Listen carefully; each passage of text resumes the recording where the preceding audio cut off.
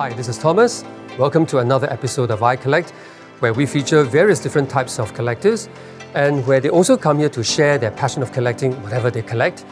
But importantly, this is also the place for them to share their stories behind their collection, because we all know that the stories behind their collection is just as fascinating as their own collection.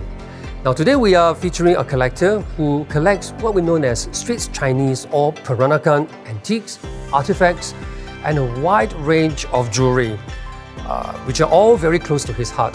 Why? Because that's his culture, that's his heritage. So let's go meet our collector. Hello, I'm Francis. I collect Peranakan's jewellery, artifacts and antiques. Francis, thanks for showing us your Peranakan collection. Perhaps you could tell us more about the various types, the significance behind these jewelry, and are they all antiques? Yes, there are surely antiques from at least 50 to 100 years old. Wow. Some as old as 120 years old. Wow. Okay. And these are only part of my collection that I have that Peranakan nyonyas will wear or don on their wedding days. Okay, yes. You have all of them here? Most of them here. Okay. They actually don on 5 to 6 kilograms of My jewelry goodness, that's on heavy. their wedding day. Yes. Wow, gosh. This is really from head to toe, and we start from the head first. So these are what we call as Cucul sangol. All right. That It's the a pin. hair pin. Okay. So these are the Malaccan style that the nyonyas will wear, not only on wedding, but usually not on weddings, but on daily basis. They have an interesting name. They call it a coffin nail hairpin. Oh. Does it look like a coffin nail to you? And interesting enough, we have the Penang style. All right. Which the Thailand and the northern part of Malaysia, they wear this type of hairpin. These, by the way, are real gold and diamonds, or we call it intan in our language. So that's a head. Okay. Let me quiz you. What do you think that is on your right? This one? Yep. Okay, so from the head, we move all the way to the legs. That's an anklet. A pair of anklets that the bride will wear on their wedding day. So Francis, I'm going to ask you, which is the oldest item on this table now? Okay, this buckle here, which is a man's buckle made in silver. This is probably made in the 1800s, which is at least 120 years old. So, I'm going to tell you that many people inherit buckles, but I have one made by my grandfather. Oh, okay. This is a gold buckle made in the 1960s, probably, by my grandfather. I see, and I see the motif. It's a deer. It's a deer with two birds and biting on a. I think this is a ruyi, which is a symbol of a ruyi. Ah, okay. Amazing. I do see quite a variety of different types of gold belts and buckles. Tell us about the differences between these. Silver belts and buckles are most common, but what we seldom see is gold belts and buckles. And they are really quite rare to collect in the whole set. Grandparents or the elderly people will just break up each panel and pass it to the next generation. This is how it will end up like this. Made by my grandfather.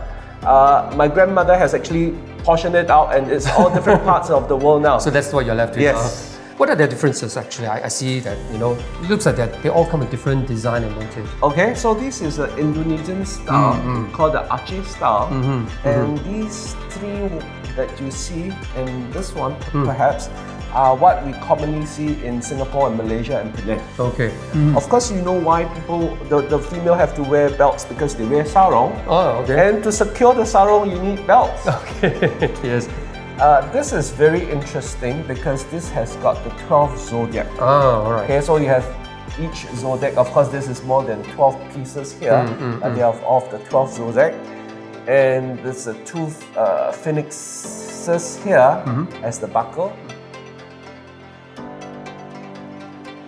Thomas, another quiz. What do you think this is? Something that they put on their kabaya? You are very right, but just imagine, okay, kabayas do not have buttons on it.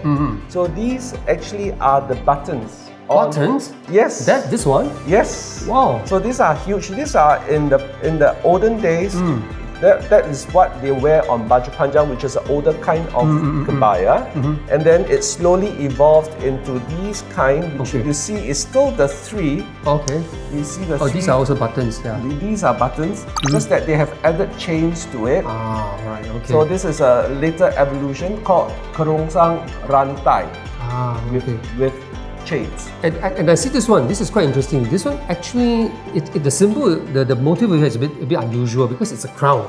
That looks very maybe English or. You are absolutely right. Okay, this is made in about 1953 in commemoration of the crowning of Queen Elizabeth II. Her coronation. Her coronation. Okay, so it's to commemorate that, and Yes. that's why it's designed with. It's a British crown. Yes.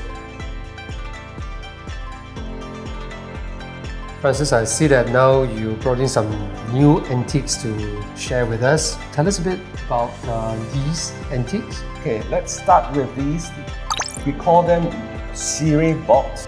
So these are the favorite pastimes that Nyonyas will do when they gamble or they are at home. So these are the different things that contain everything. Okay, this is very special to me, although it's just not the most expensive. But this is by my great-grandmother, left down by my great-grandmother. Okay. This is very special. This came from Indonesia. It's a tortoise-shell sireh box, just like that, and has got very intricate gold carvings on it. So everything here is 18K gold. It has a Dutch emblem. Okay. So obviously it came from Indonesia. Ah, all right.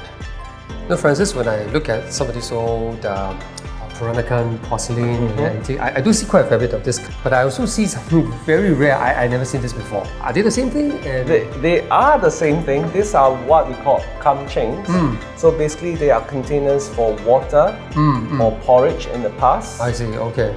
And this is quite interesting is because it's made of silver. Okay, hence its rarity, right? Yes, It's so the whole thing is made of silver. We commonly see porcelains, but in silverware for cheng, it's rather rare. Okay.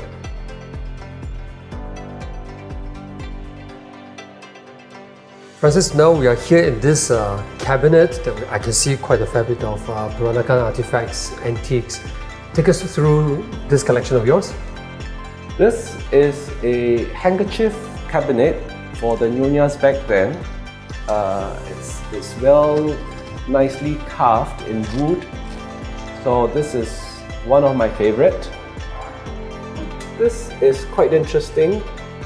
This is a atypical chanak that we have that I've collected, and it has 8 parts, and it's for prayers on offerings.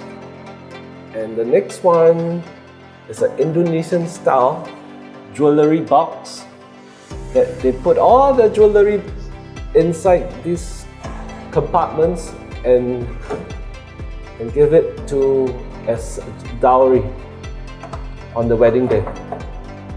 Even to the next. Here you go. And last, okay, this is a table screen. And another of my favorite is this candle stand. So this probably will go like this somehow when for prayers.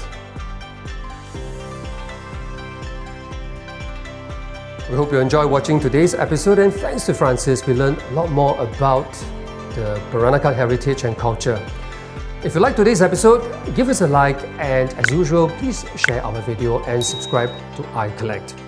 If you're a collector yourself and you would like us to share your collection with our audience, please get in touch with us via this email address listed below.